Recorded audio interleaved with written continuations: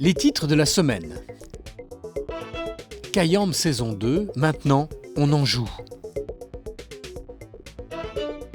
Assise pour la ville, les salons urbains. Vue de nos fenêtres, des photos pour sortir des clichés.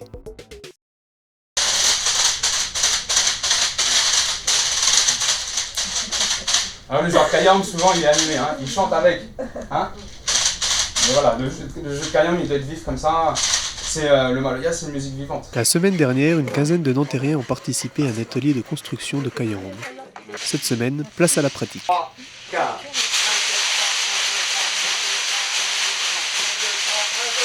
Le Kayambe constitue un des instruments phares du Maloya, un genre musical typique de l'île de la Réunion, classé au patrimoine culturel immatériel de l'humanité. Cette musique, issue des chants des esclaves, rend hommage aux ancêtres. Le Maloya, ça se jouait plus dans les rituels, hein, afro-malgaches. Donc là, on faisait appel à nos ancêtres.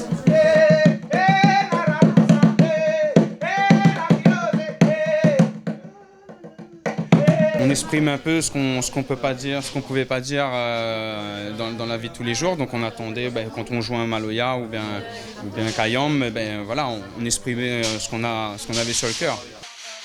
Et justement, mercredi 23 mars, les participants ont pu s'exprimer à travers cette musique. Une initiation au jeu de Kayambe distrayante, mais peu évidente. Il nous a montré les mouvements, mais ça paraît facile quand lui le fait, mais quand nous on le fait, ça marche pas tout de suite. Faut vraiment un coup de poignet particulier. C'est pas si simple, ça paraît simple comme ça, mais finalement pas si simple et il faut garder le rythme. Je pense que le plus difficile ça va être de garder le rythme et trouver la bonne cadence pour jouer ensemble. J'aimerais beaucoup continuer à faire ça, même carrément à le rentrer, je sais pas, dans d'autres morceaux, dans d'autres styles, si je joue avec d'autres musiciens, ça pourrait être pas mal. Des tables, quelques chaises et surtout des oreilles pour écouter ce que vous avez à dire. Le 23 mars, le salon urbain faisait escale au chemin de l'île dans le cadre des Assises pour la ville.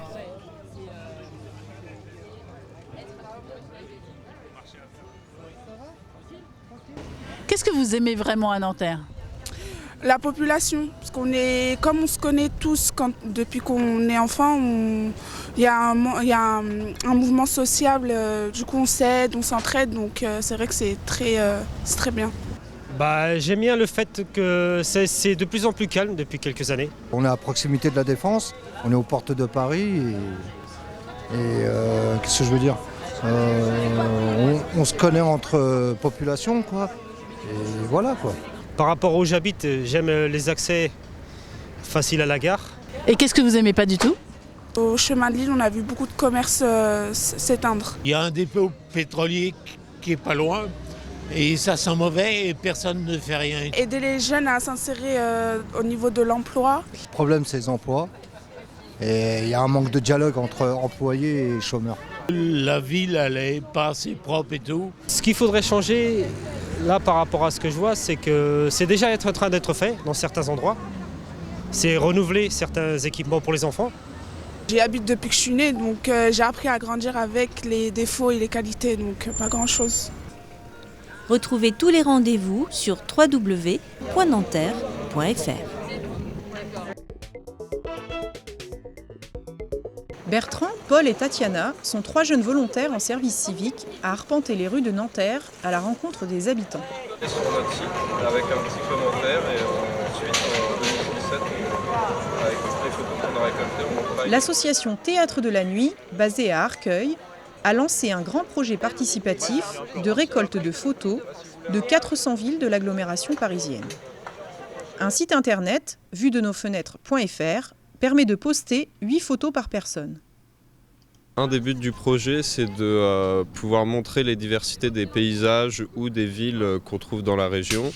Et Nanterre correspond assez bien à ce critère, parce qu'il y a une diversité entre les zones pavillonnaires, les zones de grands ensembles, la défense et aussi une histoire qui s'étale assez longtemps dans le temps, donc différentes phases d'urbanisation et des populations différentes aussi. On parle beaucoup du Grand Paris, vu de Paris, mais rarement vu des villes autour. Et l'idée justement c'est de pouvoir permettre aux gens de s'exprimer, de donner leur point de vue et de montrer aussi que leur ville a une identité propre, qu'ils ont aussi leur histoire et des choses à dire, quoi. Le patrimoine fait partie intégrante de la ville et de son histoire, donc les habitants se le réapproprient au fur et à mesure des générations et ce regard-là importe beaucoup aussi sur une identité d'une ville. Les Nantériens peuvent participer jusqu'à fin 2016. Une grande exposition rétrospective sera organisée courant 2017. L'objectif, c'est de faire une exposition en fait à la fin, qui se fera en 3 temps a priori, c'est-à-dire dans un lieu emblématique à Paris. On ne sait pas encore lequel, on essaye de trouver pour l'instant. Il va aussi y avoir une exposition dans les gares de connexion pour que tout le monde puisse la voir, les gens qui passeront, les Parisiens qui vont en banlieue ou les banlieusards qui vont dans Paris puissent la voir. Et dans un 3e temps, il y aura aussi une exposition qui sera itinérante, qui passera dans les villes qui sont partenaires du projet, qui aident le projet, qui ont aidé à monter le projet. La suite en bref. Le forum Destination Emploi Jeunesse se tiendra le mercredi 30 mars à l'espace Chevreul. Entreprises et centres de formation attendent le public de 14h à 18h pour une édition dédiée à la formation en alternance. Entrée libre et gratuite.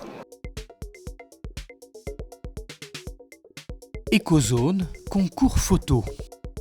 Il vous reste un peu plus d'1 mois pour photographier le chaud et le froid à Nanterre et participer au concours du festival Écozone.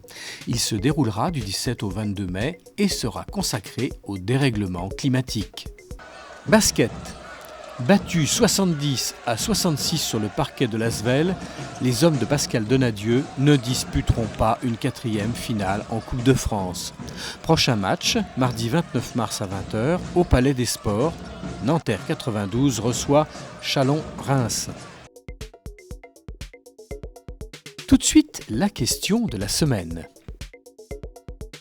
L'Institut de la précarité et de l'exclusion sociale vient de voir le jour au sein de l'hôpital Max Fourestier. Associé à l'Université de Nanterre, il a pour vocation d'impulser des recherches pluridisciplinaires. Dans quel domaine ? Cette question de la précarité et de l'exclusion est extrêmement transversale et qu'elle peut être abordée et augmenter nos connaissances, que ce soit sur l'aspect psychologique, anthropologique, sociologique, etc. etc. Et voire médico-économique.